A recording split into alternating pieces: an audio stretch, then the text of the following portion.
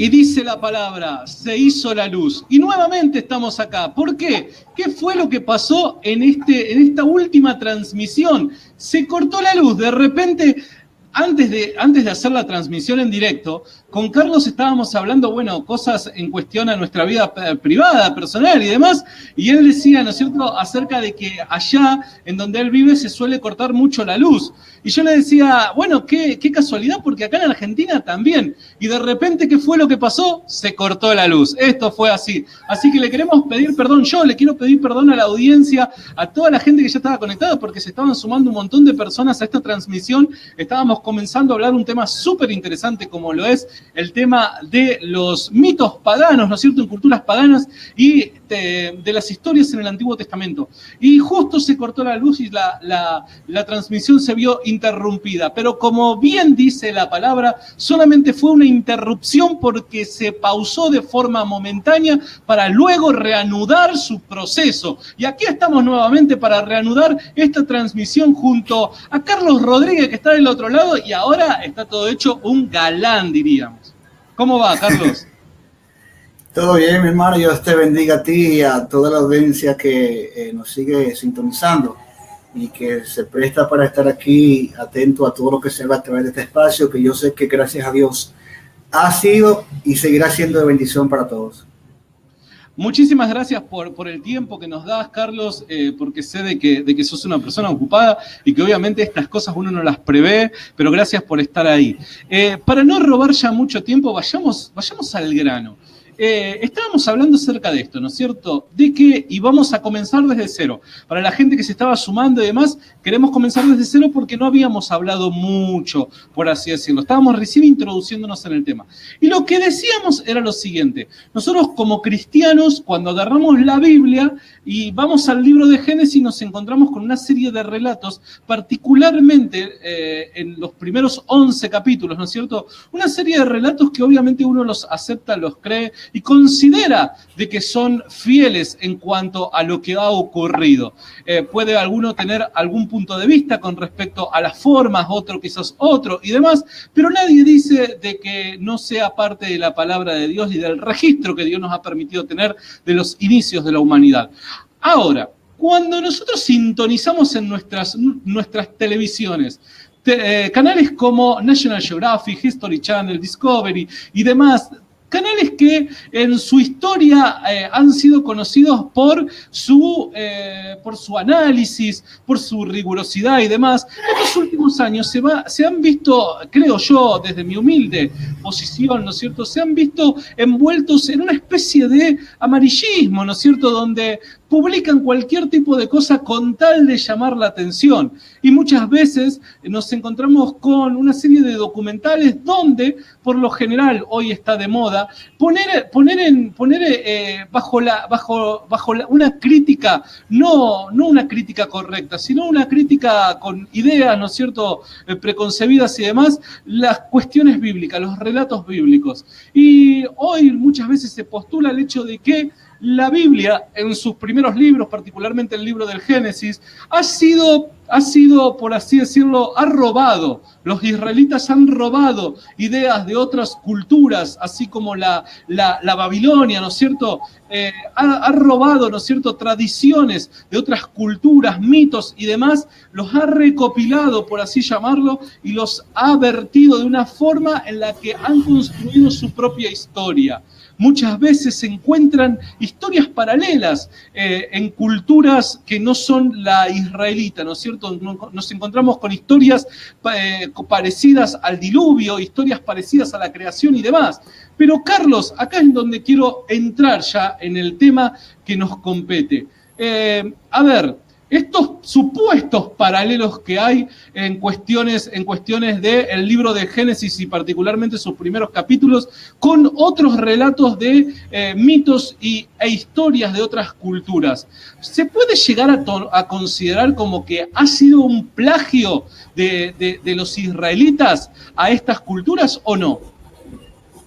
Bueno, se puede concluir que no, dada el análisis crítico, el análisis textual de cada uno de estos textos. Para hacer un poco de historia y para entrar en contexto, surge una hipótesis siglos atrás donde se decía que de Sumeria, de este pueblo sumerio, salió toda ideología religiosa. O sea, todos los pueblos adoptaron la ideología religiosa, la copiaron de estos pueblos, o de este conjunto de pueblos que formaban la Mesopotamia, principalmente Sumeria.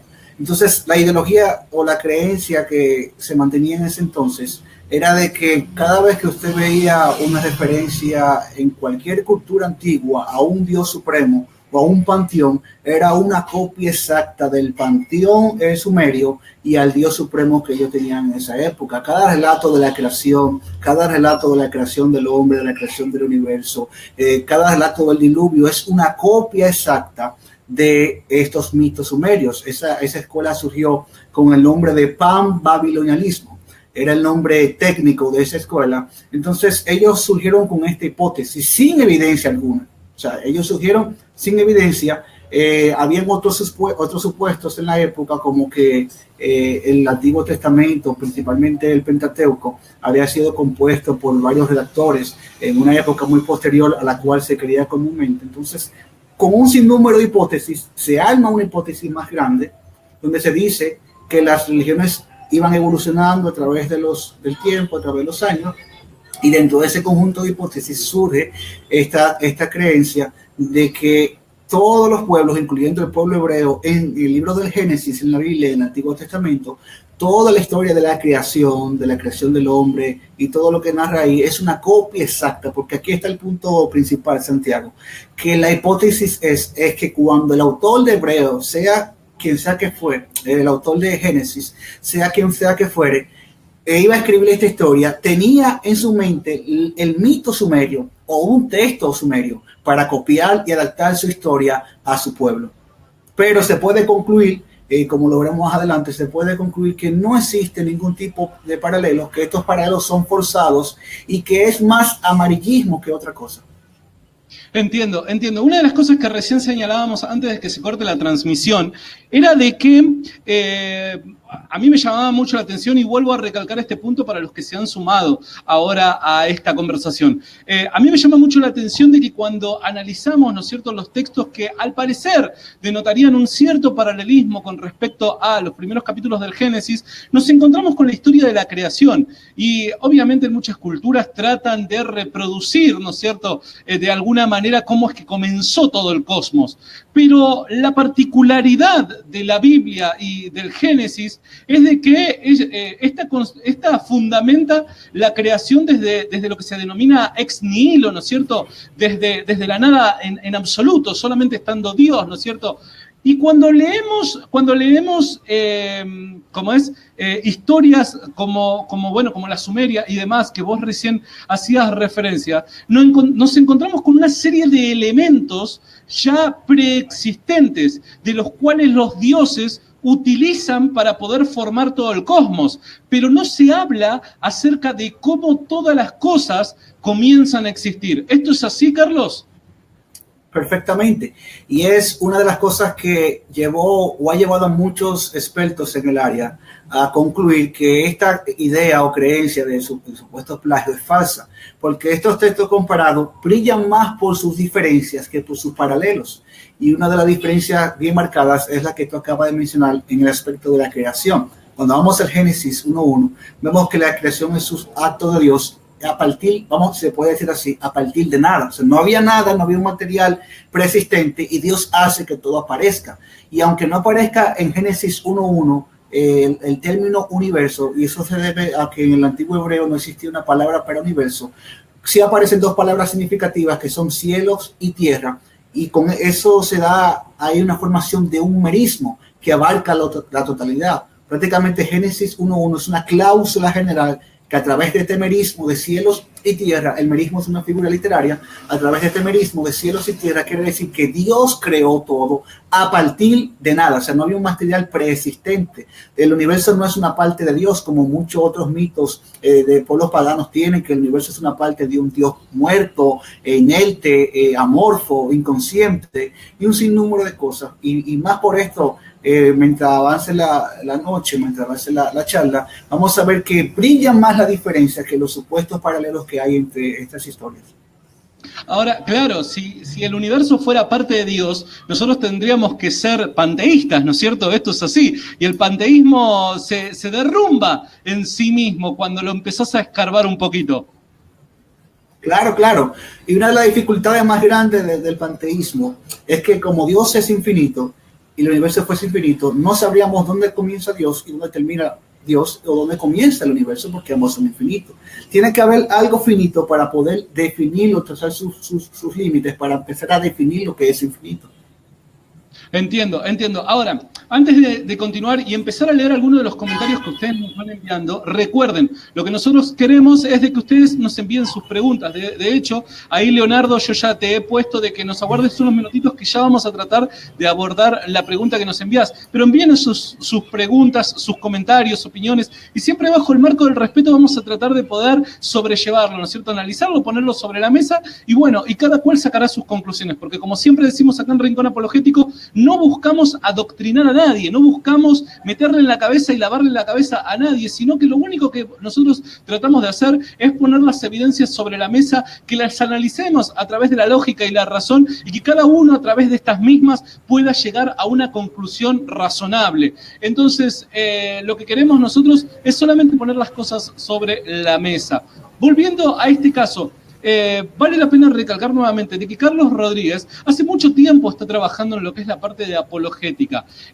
Y una de las cosas que me gustaría que ustedes puedan hacer es aquí arriba, en la descripción de este video, van a ver de que yo linkeé a el usuario personal de Carlos en Facebook. Yo sé de que es una persona cálida y que siempre está disponible a poder responder y charlar acerca de determinados temas. Como si también él tiene una fanpage llamada El Ministerio El Poder de Su Palabra, que también está aquí linkeada, como así también un blog maravilloso, sinceramente uno de los que yo he utilizado para comenzar en aquel momento cuando tenía miles de preguntas y hoy también las sigo teniendo, ¿no es cierto? Y lo sigo usando, pero si hay algo en lo que yo me enriquecí demasiado con respecto al material que hace Carlos, que es de su autoría, ¿no es cierto? Los artículos que él escribe y demás, es en cuestiones morales. Carlos la tiene muy clara en cuestiones morales. Y en algún otro momento, Carlos, tenemos que hablar acerca de la moral, ¿eh? No, perfecto. Tú dirás y el Señor dispondrá.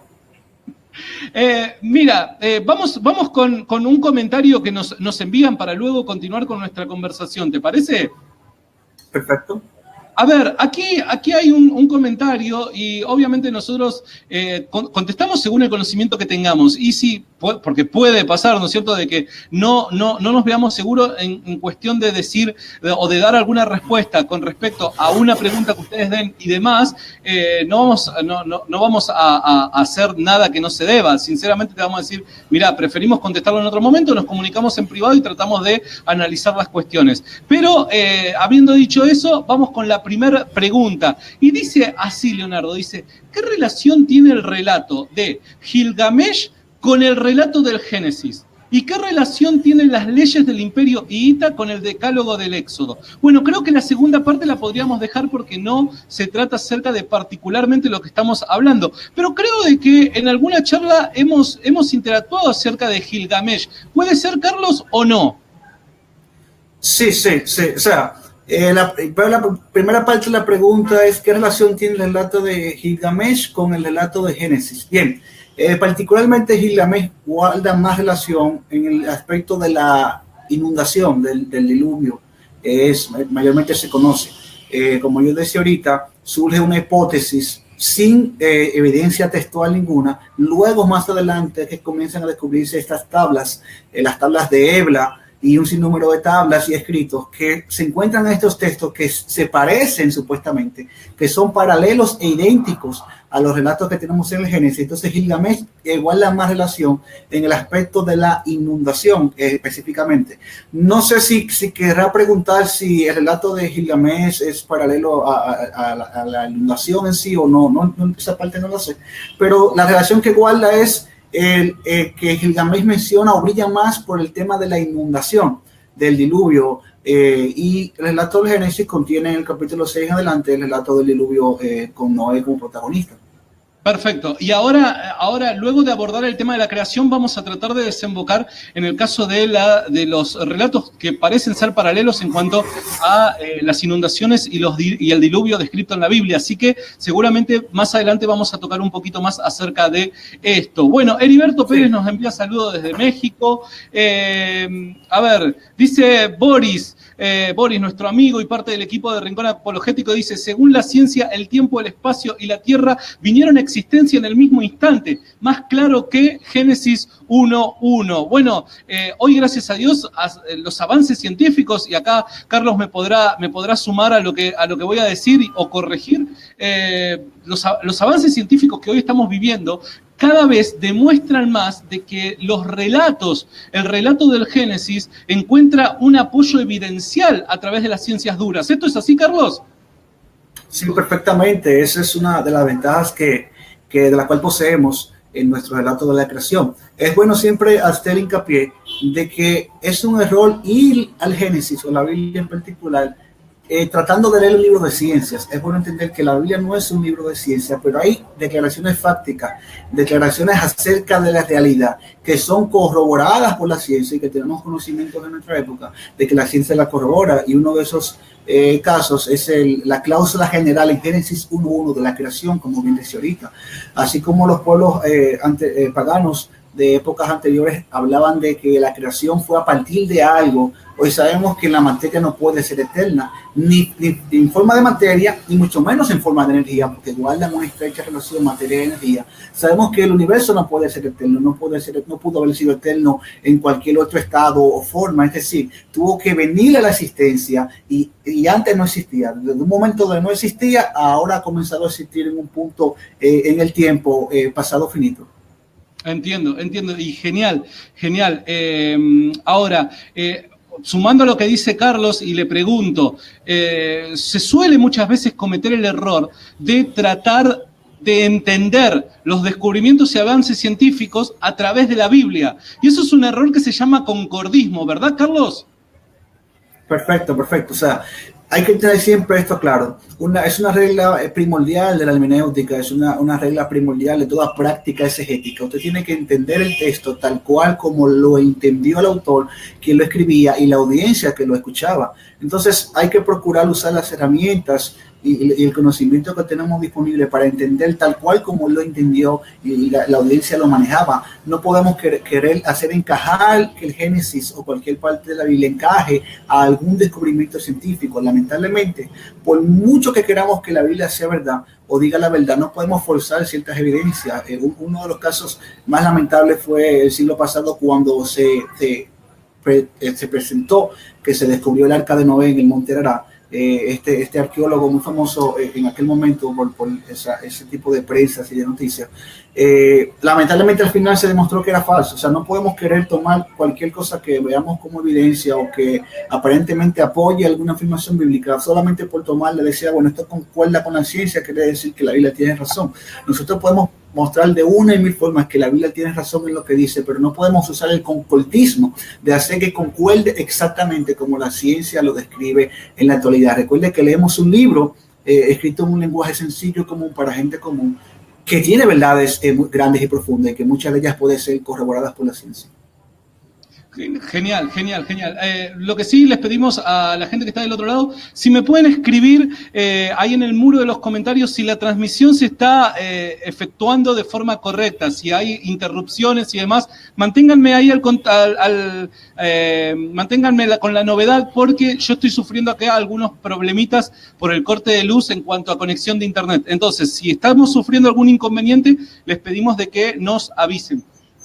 Bueno, volviendo a esto, último comentario del que hacemos referencia, dice Yehudy Barbosa Castro: está excelente el tema, es increíble ver cómo se tiene una percepción de que en algún momento pasó algo, así lo interpreto yo. Obviamente la versión bíblica tiene sentido y es en sí diferente al mito de la epopeya de Gilgamesh. Saludos, amigo, te sigo desde Costa Rica, sigue adelante. Quiero anunciar también a toda la gente que nos ve desde Costa Rica de que en el mes de agosto agosto vamos a estar en Costa Rica y vamos a estar en Honduras junto a Chris Dupont. Así que, nada, nos encantaría poder conocer a todos. Y si vamos a estar relativamente cerca también de Carlos, así que nos podríamos conocer, Carlos.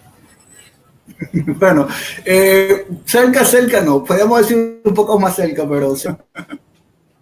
Bueno, vamos a ver, se escucha bien, se escucha perfecto, dice.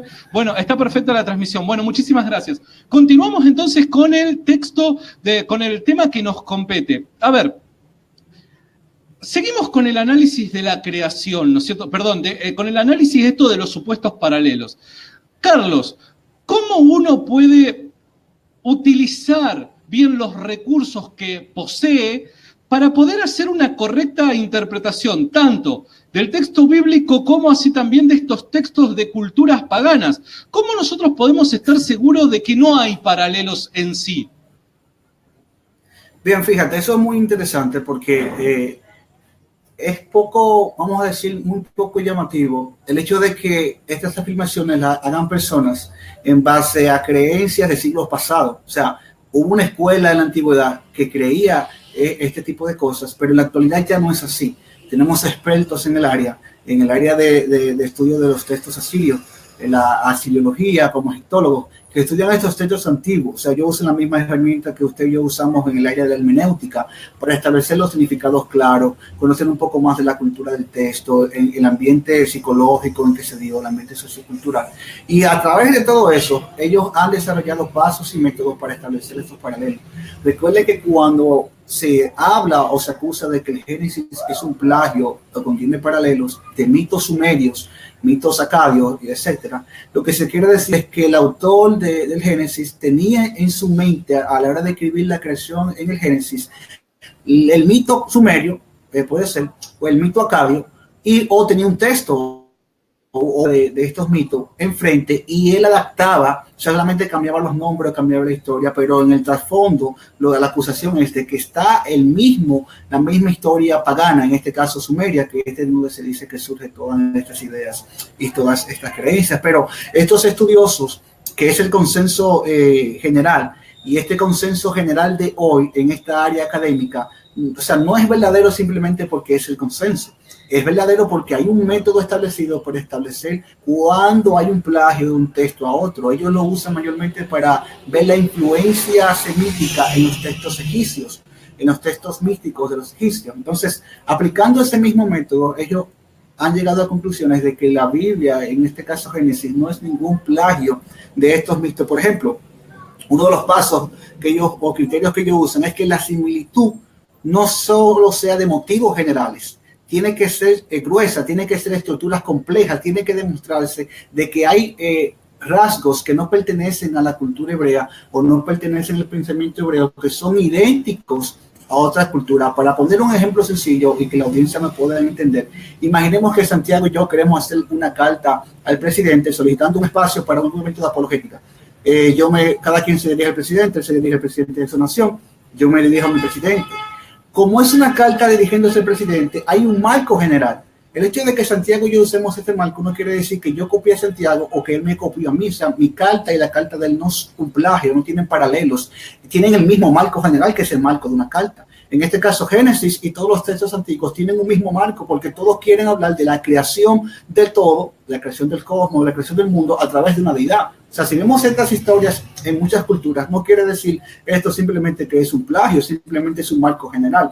Ahora, ¿cómo yo sé que hay un plagio? En este caso, en el ejemplo que estaba dando entre Santiago y yo, imaginemos que Santiago hace la carta a nombre de Rincón Apologético y dice: querido señor presidente, de parte de Rincón Apologético. Ahora yo tome mi carta y usted la analiza y dice: querido señor presidente, de parte de Rincón Apologético. Usted dirá: pero espérese, o sea, Carlos no pertenece a Rincón Apologético. Ese no es el ministerio de Carlos. El ministerio de Carlos es el poder de su palabra. ¿Qué hace Rincón Apologético aquí? Bueno, este tipo de pistas o señales son las que nos hace pensar un poquito, o sea, no es que esto es evidencia de nada, nos hace pensar un poquito de que yo pude haber copiado mi carta de la tuya y que hay un plagio o cierto paralelismo.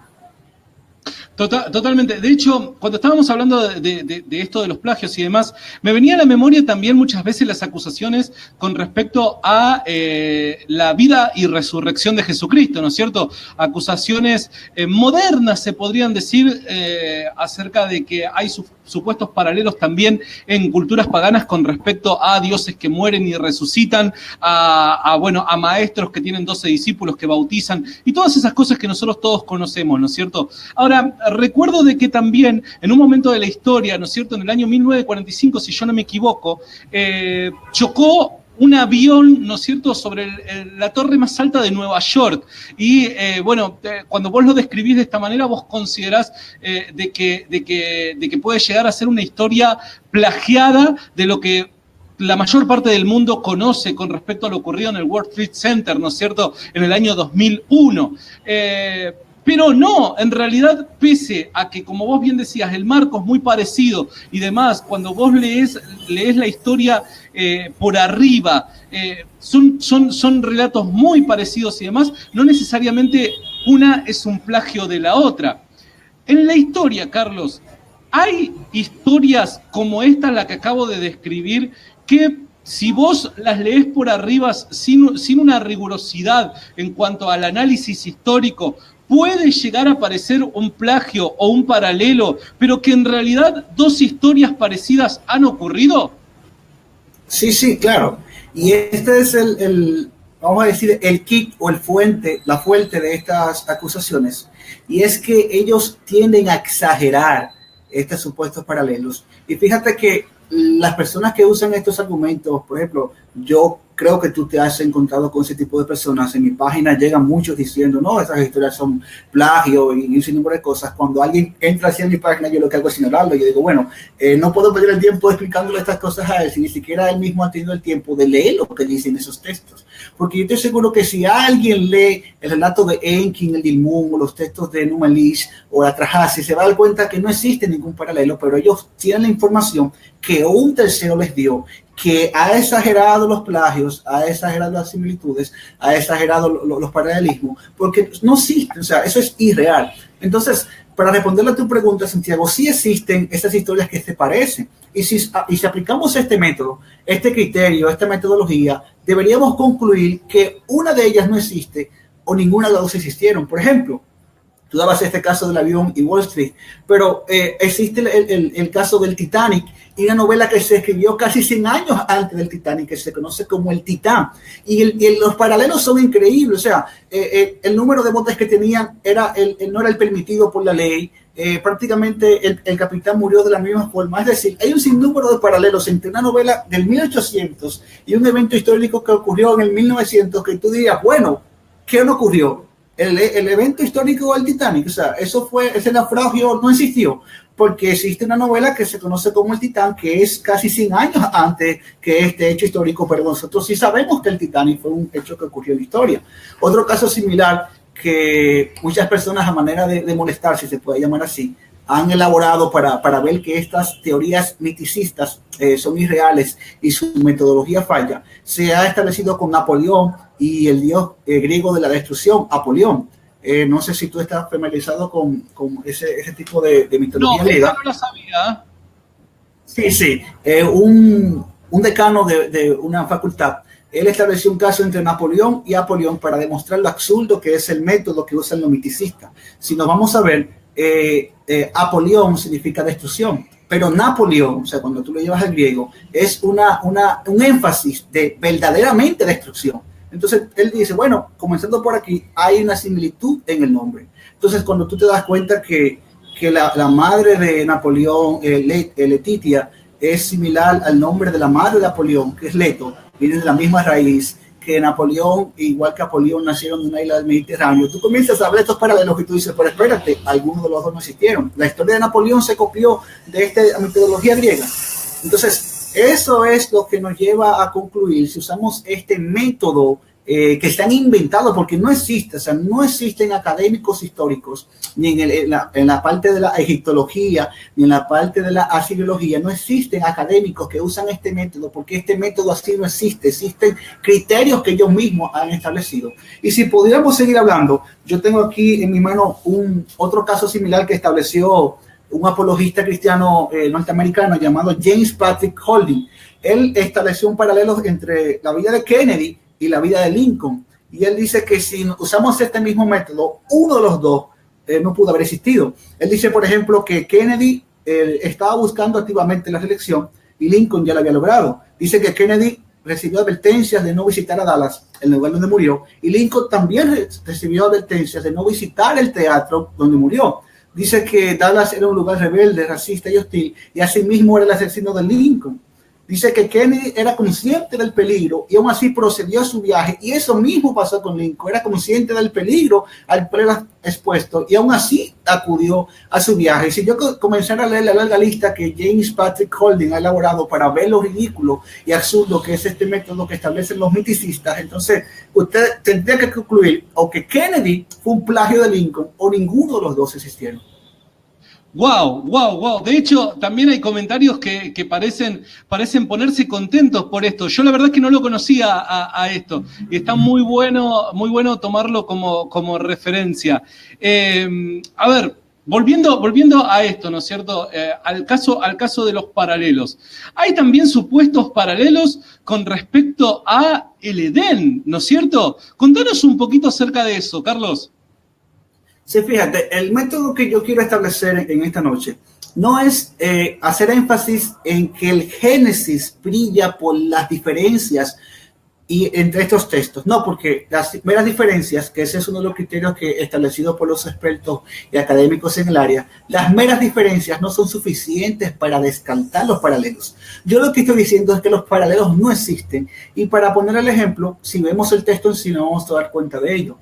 Ponemos el caso del Edén. De entre la cantidad de textos que existen que se acuden para hacer referencia o apoyar esta hipótesis, hay muchos textos. Yo voy a tomar prácticamente el principal o el que obviamente habla más de paralelos entre Génesis y este texto místico.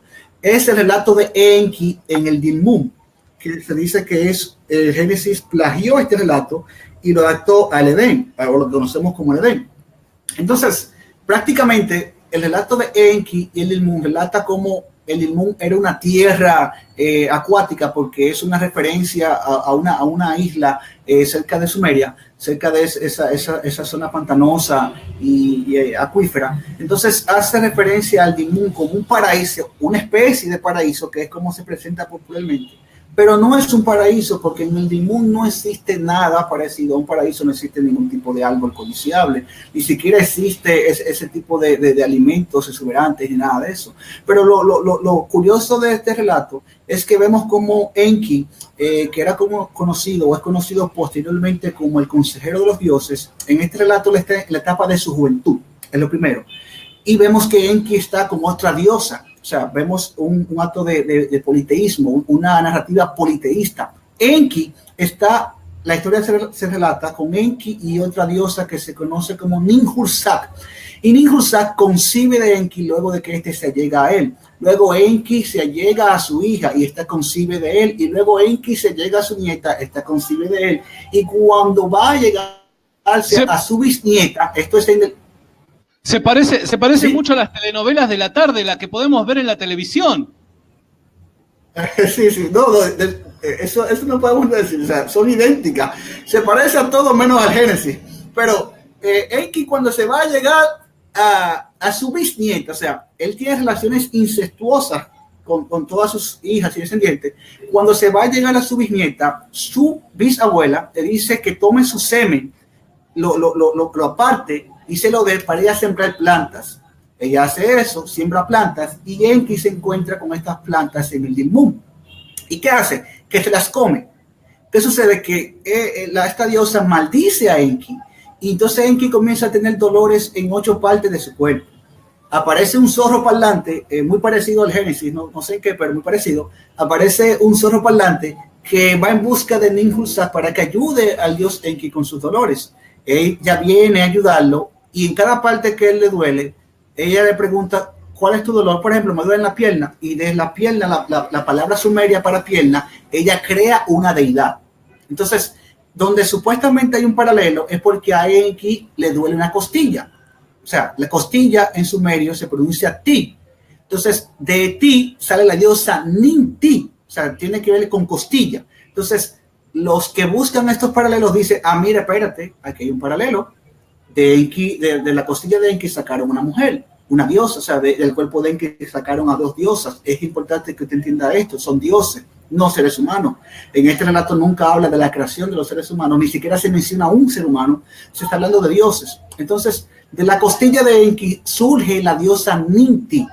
Y entonces las personas que buscan paralelos dicen que esto es evidencia de que el relato de la creación de Eva, de un costado de Abraham, no de la costilla, de un costado de Adán, es evidencia de que es un plagio de este relato.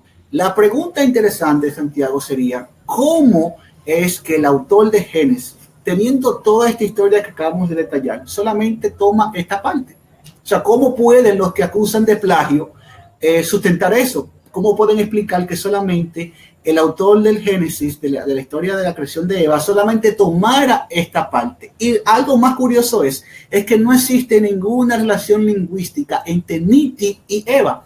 A Eva no se le conoce como la madre o la diosa de la costilla, se le conoce como la madre de todo ser vivo. Y ese es el nombre particular que le da a Adán luego de lo que pasó de la caída. Pero el nombre correcto es Ishtar. ¿Por qué? Porque del Ish, varón, fue tomada. No, o sea, Ishtar no Isha. O sea, porque de Ish fue tomado. No tiene nada que ver con costilla. El nombre de Eva no tiene nada que ver. Entonces, tendríamos que explicar qué ganaba el autor de Génesis con tomar esta historia si no guarda ninguna relación lingüística. Y el nombre de Eva nada tiene que ver con costilla, sino que Ish significa varona porque del varón Ish, el nombre Isha significa varona porque el varón Ish fue tomado. Entiendo. Wow, a ver, tantas preguntas van surgiendo, ¿no es cierto? Porque a medida de que vas hablando, obviamente vas abriendo un montón de puertas que vas a decir, pero esto, y pero lo otro, y muchas veces no tenemos el tiempo como para poder abordarlas, pero seguramente ya vamos a ir llegando a todo. Ahora, vamos a leer algunos de los comentarios que nos van escribiendo. Y recuerden, si se quieren contactar con Carlos tiene su propio espacio en Apologética en Español. Recuerden de que aquí arriba en la descripción del video se encuentra tanto el link de el usuario personal de Facebook de Carlos, como la fanpage también. Él tiene una fanpage que se llama Ministerio El Poder de Su Palabra. Y también él tiene un blog donde sube artículos de su propia autoría y que toca temas apologéticos, ¿no es cierto? Y que particularmente me encanta la forma en la que aborda los temas morales. Así que si ustedes se quieren contactar con él y demás, aquí en la descripción del video se encuentran todos los datos y la forma de poder acceder a Carlos. Vamos a algunos de los comentarios que la gente nos va enviando. Y a ver, acá dice Ricardo Flores algo que ya en el principio habíamos querido introducirnos, ¿no? Y ahora vamos a tratar de desembocar en ello. Pero hay mucha gente que está con esta duda, Carlos. Dice, todo bien y hola. ¿Cuál es la relación de Gilgamesh y el diluvio? Bueno, ya hemos entrado en eso, pero solamente remarco la inquietud que hay de la gente acerca de este tema. Dice Michael Martín Maravi, ¿en qué se puede encontrar la diferencia si el Gilgamesh contiene un relato mitológico? ¿El Génesis acaso también es un relato mitológico? ¿Se puede comprobar el Génesis? Bueno, a ver, cuando hablamos del Génesis, Carlos, y muchas de las preguntas que nos envían y los aportes que nos envían tienen que ver con la forma de interpretación de los primeros capítulos del Génesis. Te hago una pregunta. ¿Podemos abordar levemente y de forma superficial ese tema o nos llevaría mucho tiempo y quizás amerita otro espacio para poder hacerlo? ¿Cómo lo consideras vos? Bueno, yo creo que la interpretación, o vamos a decir, lo que quiere decir Génesis capítulo 1, tal vez verso 1, adelante, o capítulo 2, yo creo que abordarlo sería un tema aparte, porque es algo muy, vamos a decir que, no complicado, sino que es muy amplio. Existen muchas escuelas de interpretaciones y todavía hay muchas de las personas que nos ven que pueden tener la creencia de que tienen que leer Génesis leyendo un libro de ciencia, y no es así. Usted tiene que interpretarlo en su contexto. lo que el autor le escribió, la razón por lo escribió y cómo lo entendía la audiencia. Entonces, lo que yo podría decir a manera de resumen es que Génesis debe ser interpretado como una literatura de su época, o sea, como el contexto, el tipo de literatura que tiene que ser interpretado de esa manera. Si tenemos ese marco de referencia general, entonces estamos más claros y podemos llegar a mejores conclusiones y no levantar debates que muchas veces llevan al fanatismo o a discusiones acaloradas innecesarias. Lo principal, yo diría, para tocarlo de manera somera, es que hay que tener claro qué entendían los antiguos cada vez que leían Génesis y qué tipo de literatura es esta para poder entenderla. Entiendo, genial. Entonces en otro momento vamos a tener que hablar de eso, no queda otra, Carlos.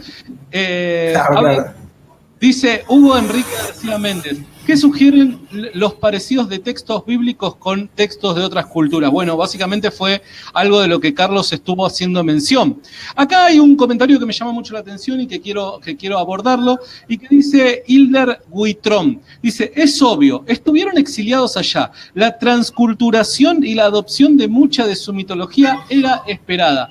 Claramente, Hilder está haciendo referencia al exilio del pueblo israelí, ¿no es cierto?, a Babilonia, y que de ahí muchas de estas teorías es que surgen, ¿no es cierto?, que en su retorno fue que ellos absorbieron mucho de este tipo de mitología. ¿Por qué, Carlos, nosotros podríamos esperar y estar seguros de que los israelitas en aquel tiempo no tomaron prestado ningún tipo de historias de estas de Babilonia?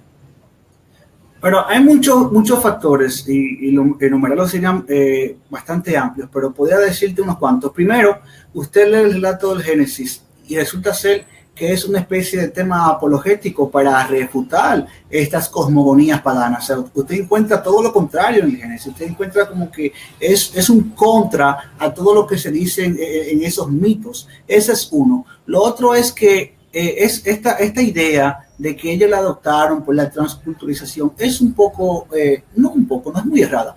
¿Qué pasa? Si nosotros vamos a la época de donde se escribieron esos textos, el texto que acabo de enumerar, si usted no es experto en este idioma, usted nunca iba a poder interpretarlo, porque existe un juego en el lenguaje, como estaba diciendo, de que de cada dios, por ejemplo, se comenzaba con Nin, en el caso de Ti, Ninti, o sea, hacía un juego de lenguaje que solamente un erudito en el idioma podía traducirlo.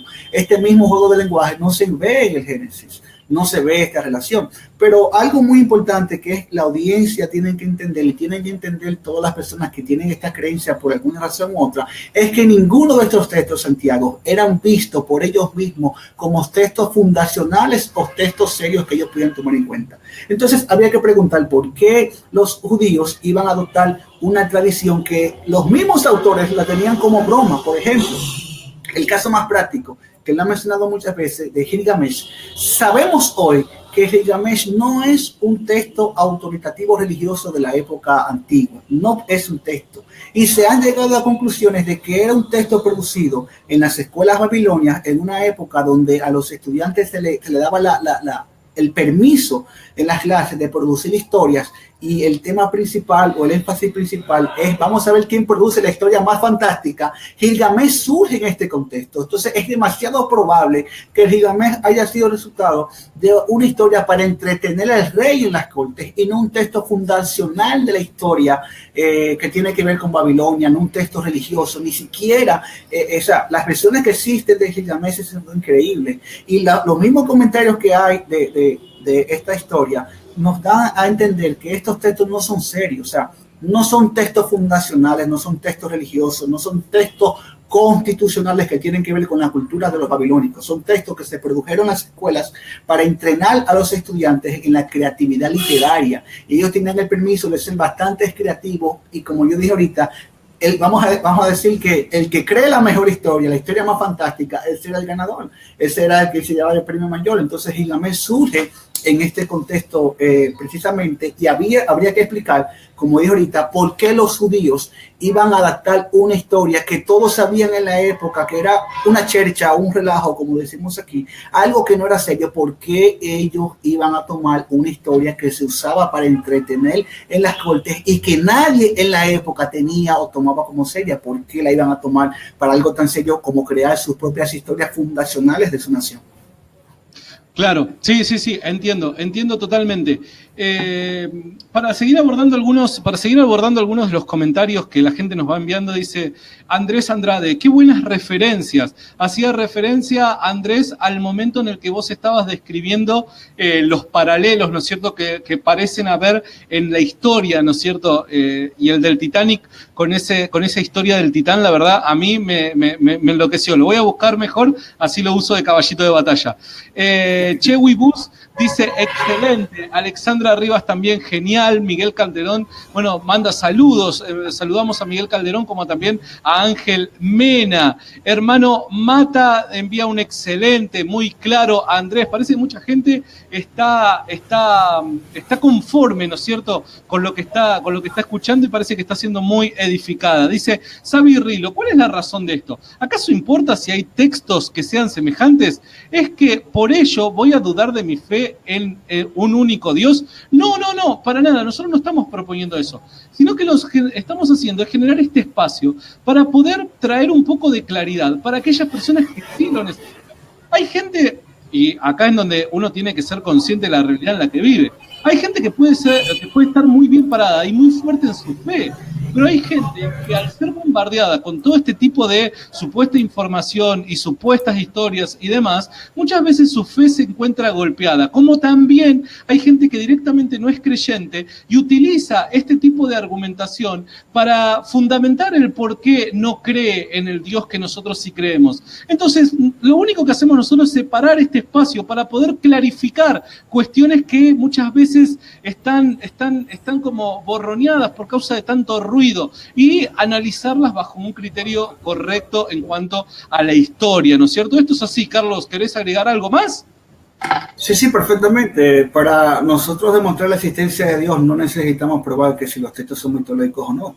Nosotros simplemente demostramos la existencia de Dios a través de argumentos racionales o cualquier otro tipo de evidencia, pero lo que queremos hacer con esto es abordar las respuestas concretas y sólidas y hechos reales a preguntas e inquietudes que muchas veces se nos manifiestan y que están vigentes en las redes a nivel popular, y que es bueno tener respuesta para ello. Así que si como última instancia, si llegase a demostrar que todos estos textos son mitológicos, nada de esto demostraría que Dios no existe. Dios sigue existiendo porque su existencia es independiente de estos textos. Totalmente. Diría cualquier argentino acá, más claro, échale agua. Esto es así. Bueno, a ver, Carlos, para ir ya finalizando, porque la verdad es que ya te tengo ahí sentado hace más de una hora, entre la primera transmisión, el corte del último... casi los 50 minutos que llevamos de transmisión, es un montón. Acá nos acaba de llegar un último comentario y luego podríamos ir abordando ya una conclusión o algo más que vos quieras destacar en cuanto a lo que has traído. Dice Mari Alvarado, pero no todas las historias de la Biblia se pueden probar como verdaderas. Yo entiendo y creo que es Dios creador de todo, pero, por ejemplo, la creación la entiendo como una forma creativa de relatar algo que tardó millones de años. En cambio, otros sí es cierto que se puede probar por adelantos científicos. ¿Me explico? Bueno, yo creo de que Mari lo que está haciendo referencia es a determinados textos que son difíciles de poder llegar a una unanimidad en cuanto a su significado o a su descripción, si es literal o no. Y quizás hay otras partes de la historia que la Biblia relata. Podemos dar el ejemplo de la historicidad de Jesucristo, donde a través de métodos históricos, nosotros podemos llegar a concluir fuera de la Biblia de que Jesús verdaderamente existió y murió crucificado, como así también que resucitó. A ver, Carlos, hay partes en la Biblia, historias en la Biblia que no pueden probarse bajo ningún tipo de método fuera de lo que tenga que ver con la fe. Bueno, nosotros para probar la historicidad de cualquier evento o cualquier hecho, tenemos a disponibilidad el método histórico, específicamente con sus criterios de historicidad, el método histórico crítico. Si vamos a probar una historia de la Biblia, independientemente de la fe, debemos usar estos métodos que están disponibles y usar las herramientas o los criterios y luego analizar las evidencias, todo lo que tenemos disponible, para ver si al final concluimos de que X historia o Y historia es histórica. Yo recuerdo que una persona me abordaba por Twitter y me preguntaba eso, que si la historia por ejemplo, de la caída del hombre era cierta. Yo no quise entrar en muchos detalles, yo simplemente le mencionaba a algunos criterios que podíamos usar, pero yo le decía, si con eso tú quieres demostrar que Dios no existe, pues entonces no estás haciendo nada, porque que la existencia de Dios, como decíamos ahorita, es independiente de la historicidad de estos textos. O sea, nosotros usamos argumentos filosóficos a través de la evidencia que deducimos, a la evidencia que vemos, lo que se conoce como la teología natural, que se encarga de analizar la revelación general de Dios, para concluir que Dios verdaderamente existe, y podemos concluir que el Dios que existe es el Dios judío cristiano, sin necesidad de recurrir a la fe. Entonces, independientemente se puedan probar o no todas las historias de la Biblia, tenemos buenas razones aún para poder afirmar que el Dios que existe, el único Dios que existe, es el Dios judío cristiano. O sea, en esa parte no hay que tener miedo, no hay que tener mucho miedo. Yo me pareció leer un comentario, parece que lo perdí, de alguien que decía que estas historias se transmitían de forma oral y que era, o sea, como que era muy normal copiarlas. A ver, mira, yo te la leo si querés, la tengo acá. Pero antes de leer eso, nos envía Hermano Mata. Me gustaría reproducir este audio en un programa de radio acá en Petén, Guatemala. ¿Me autorizas a hacerlo? Claro que sí. Utiliza. Yo por lo menos por mi parte sí. Carlos, ¿vos tenés algún problema? No, por mi parte, todo aquel que, y lo sabe, que entra a mi página y tiene acceso a mi información, yo tengo el visto bueno para compartirlo siempre. O sea, todo lo que hacemos aquí no es para glorificar a nosotros mismos, sino para que el reino de Dios se expanda y al final el que sea glorificado sea Dios en su Hijo Jesucristo. Totalmente. Así que sí, darle para adelante y no hay ningún problema, y muchas gracias por utilizar este espacio para eso. Carranza Arteaga Ernesto Bryan dice, si me dan tiempo puedo explicar bueno, supongo que quiso decir mi punto, sí, porque él venía queriendo dar una explicación acerca de su punto de vista con respecto a lo que estamos hablando y capaz que no se explicó de la mejor manera. Tranquilo, explícalo bien que yo voy a leer tu comentario, Ernesto. Bueno, el comentario que vos hacías referencia es el de Carlos Vázquez. Dice, wow, hace 6.000 años estas historias eran compartidas por medio oral. No hacía falta ser un erudito para entender la historia de Gilgamesh. Y si se escuchaban épicas, valía la pena copiarlas como se hizo en la Biblia con estas historias. Simplemente se adaptaron de otras culturas, así como el árbol de Navidad. No tiene nada que ver con Jesús, el dios Sol Horus. Un ejemplo nada más de lo poco original que es la religión cristiana. Si bien no prueban que Dios no existe, sí demuestra que se inspiraron en otras culturas. Era ese el comentario, ¿verdad?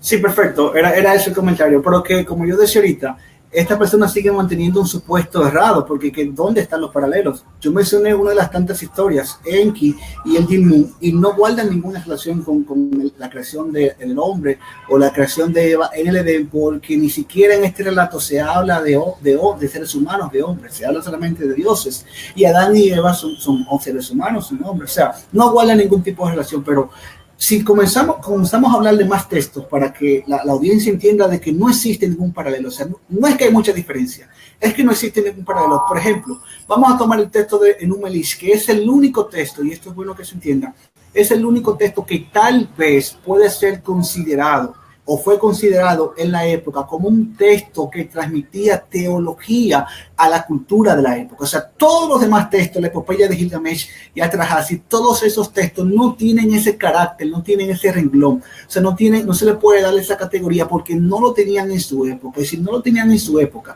si no eran usados en cultos religiosos, si no eran usados en categoría de enseñanza de teología, ¿por qué suponer que los judíos iban a tomar en cuenta un texto que los mismos autores despreciaban o solamente tenían como textos jocosos para entretener en la corte del rey? Entonces, la epopeya de la historia de Enuma Elish, de la creación, es una historia babilónica bastante tardía, porque habla de la exaltación del dios Marduk en el panteón. Y la historia para no cansar el cuento, la historia que supuestamente Génesis copió de esta historia del Numelish es cuando en Génesis 1:2 dice que la tierra estaba cubierta de agua y que había como un mar caótico, unas aguas caóticas aquí en la tierra. Entonces en el Numelish menciona que una diosa llamada Tiamnat, una diosa del agua, tenía este mismo desorden en el universo. Tenía un desorden caótico y había una guerra entre Tiamnat y ciertos dioses. Entonces Marduk fue el que se encargó de destruir a Tiamnat y dividirla. O sea, prácticamente la dividió, y por eso es que Marduk, ese dios babilónico, es ascendido en el panteón babilonio. Entonces se dice, bueno, fíjate, división de las aguas. Esto es un ejemplo muy claro de lo que dice Génesis, de que las aguas fueron divididas. Pero ¿cómo? O sea, ¿cómo esta historia politeísta, por demás, y una historia con trama política para exaltar al dios Marduk, al panteón babilónico, cómo esta historia tiene que ver con el Génesis? No tiene que ver en nada, porque Dios no separa, o sea, el Dios judío cristiano no separa el cuerpo de una diosa, separa aguas que estaban cubriendo la tierra, según el relato, si lo leemos de forma literal, estaban cubriendo la tierra. Y lo segundo es que el único argumento que se usaba en este punto para tener supuestamente evidencia era que Tiamnat, esa palabra babilónica, tenía mucha relación con las aguas en hebreo, que habla de, o los mares o abismo, que se pronuncia Tehom. Entonces se decía en la antigüedad, antes de conocer más evidencias en esta cultura, se decía que Tiamnat era la traducción exacta del babilonio al hebreo de Tehom. Entonces cuando descubrimos más adelante, la raíz de Tiamnat y la raíz de Tehom no tienen nada que ver, no tienen ningún paralelo. Entonces, ¿cómo una persona puede decir que aquí existe un paralelo de que la historia de Génesis copió del Numelish es solamente esta estrofa, este pedacito, para encontrarla en su historia? Eso no se explica. ¿Por qué no tomó la historia completa? Además que el relato de Génesis no habla de exaltación de ningún dios en un panteón. Habla de un solo Dios, que no es un Dios antropomórfico o un Dios antrópico como se presentan estos dioses que son hombres que padecen necesidad. Porque si nos fuésemos, Santiago, a la historia de Atrahasis, específicamente a la creación de la humanidad, donde supuestamente se crea la humanidad, nosotros vemos que la creación de la humanidad también relatada un poco en Numelish, porque otra cosa que hay que tener muy claro y muy en cuenta es que en esta época, cuando estas historias existían y se escribían, no existía una historia estándar. O sea, no existía un Génesis sumerio estándar, no existía una historia estándar de la creación sumeria o babilónica. Existían muchas y diferentes versiones. Entonces, habría que preguntar por qué el autor de la Biblia tomó X versión y no aquella. O sea, hay muchas preguntas que habría que hacerle a alguien que defiende este argumento, pero la creación del hombre, Santiago, es muy particular en estos relatos, porque el hombre se crea a partir de un cuerpo y sangre de Dios muerto y se incuba por 9 meses en el vientre de una diosa madre. ¿Qué tiene que ver eso con el relato del Génesis? Bueno, lo que defienden esta hipótesis miticista dicen, bueno, lo que pasa es que el hombre en la historia mística sumeria fue tomado de la arcilla. Fue tomado de la arcilla, y eso guarda paralelo a cómo fue tomado de Adán. Bueno, no, el relato de Adán no dice que fue de la arcilla, fue del polvo de la tierra, ni siquiera fue de la arcilla, y ni siquiera fue de un cuerpo muerto con la sangre de un Dios muerto. O sea, no tiene nada que ver. Entiendo, y tenés toda la razón. Me gustaría abordar la última pregunta y ya vamos concluyendo. Acá esta pregunta yo la voy a hacer como personal también, porque es una pregunta que yo siempre la he tomado en consideración, ¿no es cierto? Y me gustaría ponerla sobre la mesa. Dice Carlos Carela Blanco, que te agradezco, Carlos, por haber repetido la pregunta, porque la estaba buscando porque me recordaba de que la quería traer a mención. Dice Carlos, si existe, perdón, se me fue ahí. Si existe cierto parecido entre la cultura sumeria y el judaísmo, es porque ambas historias vienen de una fuente de información en común. ¿A qué quiero llegar con esto, Carlos? Y de ahí nace mi pregunta. Muchas veces nosotros encontramos determinados supuestos paralelos. ¿Cómo así también encontramos muchos parecidos en cuestiones de tradiciones y cosas por el estilo en muchas culturas, ¿no es cierto? ¿No puede ser esto causa de que nosotros somos conscientes que en el principio había una pareja, esa pareja comienza a multiplicarse, ¿no es cierto? Y había una tradición oral, la cual se fue transmitiendo de generación en generación, que obviamente aquellos que se permanecieron en el camino de Dios, la guardaron con rigurosidad, y seguramente aquellos que no lo han hecho, empezó esa tradición oral a tergiversarse. ¿Puede llegar a ser esto tomado en consideración de que hay muchas historias muy parecidas en todas las culturas del mundo, como así también tradiciones y demás, y que sea solamente por causa de que hay una fuente en común, pese a que los antepasados de algunas culturas pudieron haber tergiversado determinadas tradiciones por causa de su alejamiento de Dios? Sí, sí, y si tú supieras que esa es la conclusión que llegan muchos académicos en el área, por ejemplo, Kramer, Kitchen, Jacobsen, Clifford, Livingstone, muchos de ellos que son expertos y son los que se encargan de traducir estos textos de estos idiomas antiguos a un idioma común como el inglés y otros idiomas, ellos han llegado a esta conclusión por muchas razones, y es que en el caso particular del diluvio, que no lo hemos tocado, la epopeya de Gilgamesh es el relato del diluvio de los babilonios.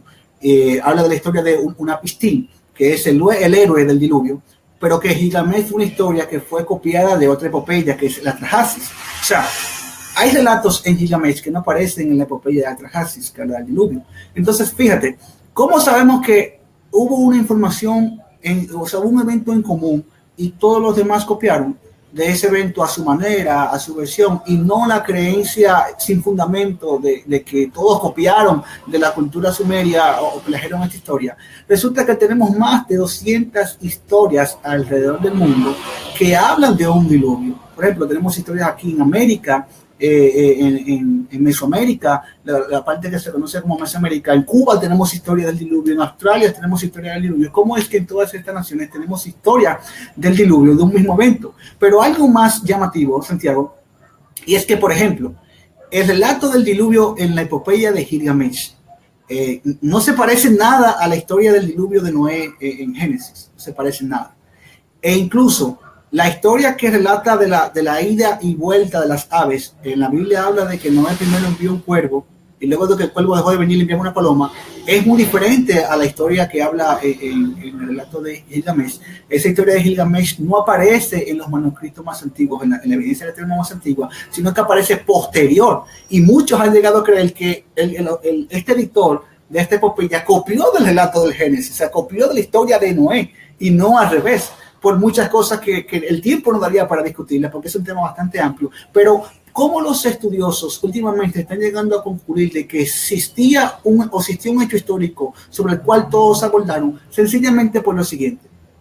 En el relato de Gilgamesh, del diluvio, aparece que Unapistín, que es el héroe, el orden que envió las aves, o sea, el primero envía la paloma. O sea, Noé primero envía el cuervo, Unapistín envía la paloma, luego envía una golondrina y luego envía un cuervo por último.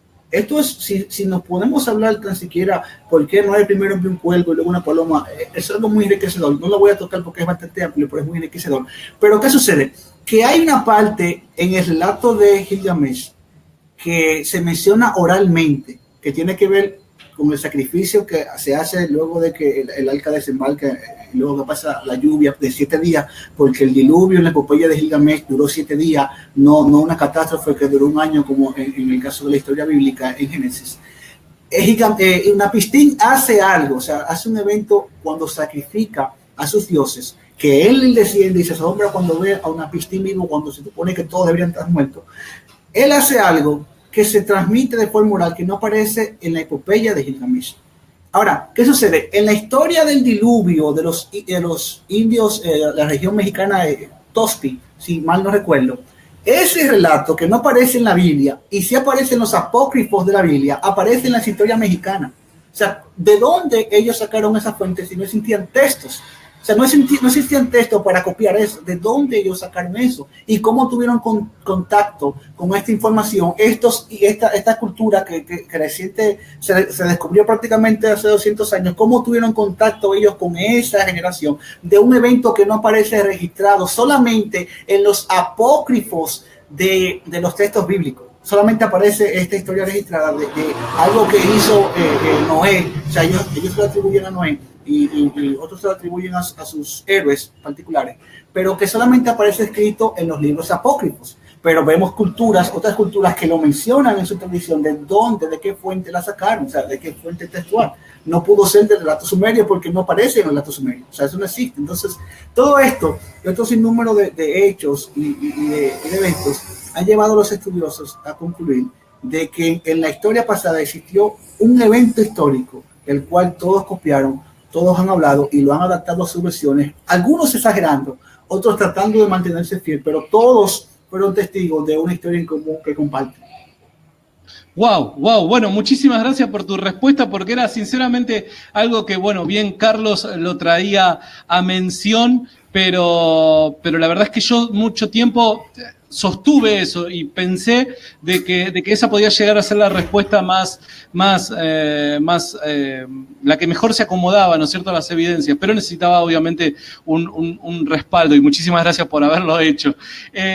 A ver, Carlos, una vez más, les quiero comentar a todos los que están del otro lado que si te querés comunicar con Carlos, él tiene su blog, es maravilloso el blog que él tiene. Aquí arriba en la descripción de este video lo pueden ver, pueden acceder directamente ahí solamente con un clic a su fanpage o a su perfil personal. Recuerden, antes de que finalicemos, recuerden, si ustedes los que están del otro lado quieren estar atentos y que les llegue la notificación de cuando tengamos entrevistas y charlas en directo como estas, que las hacemos casi todos los días, lunes, martes, jueves y viernes. Pensé que había entrado alguien. Jueves y viernes, lo que tienen que hacer es poner en el seguir, en el botón de seguir de la fanpage, lo pueden hacer en la mía como en la de Carlos, en el botón de seguir tienen que poner ver primero, y ahí cuando ponen ver primero les va a aparecer todas las notificaciones y se va a actualizar continuamente cada una de las publicaciones que nosotros vamos haciendo. Carlos, mil gracias por haber compartido este tiempo acá con nosotros. Muchísimas gracias sinceramente, y espero que te hayas sentido cómodo. No, yo te agradezco a ti, Santiago, por la oportunidad de poder tratar este tema. Particularmente yo lo tenía como una deuda a muchas personas que me decían, pero ¿cuándo tú vas a hablar de esto? Pero habla de esto. Yo le decía, mira, lo que pasa es que es un poco extenso y yo no tengo nada escrito. Pero gracias a Dios por lo menos tenemos algo, aunque sea algo pequeño, pero tenemos algo que es pequeño pero sólido. Yo sí me comprometí con muchas personas y lo hago públicamente, me comprometí a hacer una serie de blogs más detallados sobre el tema, para ir explicando más cosas que por el tiempo no se pudieron tocar y que son bastante amplias, pero me comprometo a eso. Te agradezco nuevamente la oportunidad y a las personas que nos vieron. Me sentí bastante cómodo, exceptuando por el calor inmenso que está comenzando a hacer aquí en mi país, pero me sentí bastante cómodo y yo creo que sí, gracias a Dios por la oportunidad y a ti por concederlo. Carlos, en otro momento tenemos que hablar de la moral, ¿eh? Esto es fija. Ya te quiero comprometer delante de la audiencia de que vamos a tenerte nuevamente y vamos a hablar de la moral, ¿sí? Claro, Carlos, si Dios lo permite, estaremos hablando sobre la moral. Bueno, y muchísimas gracias a los que estuvieron del otro lado. Recuerden, el día lunes volvemos nuevamente con una transmisión en directo. Y para todos los que están ahí pendientes con las escuelas de apologética, el día de hoy comenzó una escuela de apologética aquí en Buenos Aires. Para mayor información, comunícate conmigo o comunícate con Jorge Carrillo, como así también. Recuerden de que el día 2 de abril vamos a tener a César Vidal acá en Buenos Aires, que nos va a estar enseñando acerca de las evidencias históricas sobre Jesucristo, la crucifixión y la resurrección, como así también la herencia del cristianismo en la sociedad. Nos vemos, muchísimas gracias a todos los que estuvieron del otro lado. Perdón si no he leído todos los comentarios, saben de que esto lleva mucho tiempo y que obviamente no nos permite el tiempo poder abordar cada uno de los temas, pero si lo hacen de forma privada, seguramente tanto Carlos como en Rincón Apologético vamos a tratar de estar proporcionando algún tipo de respuesta. Muchísimas gracias a todos. Esto fue Rincón Apologético y será hasta la próxima. Chau, chau.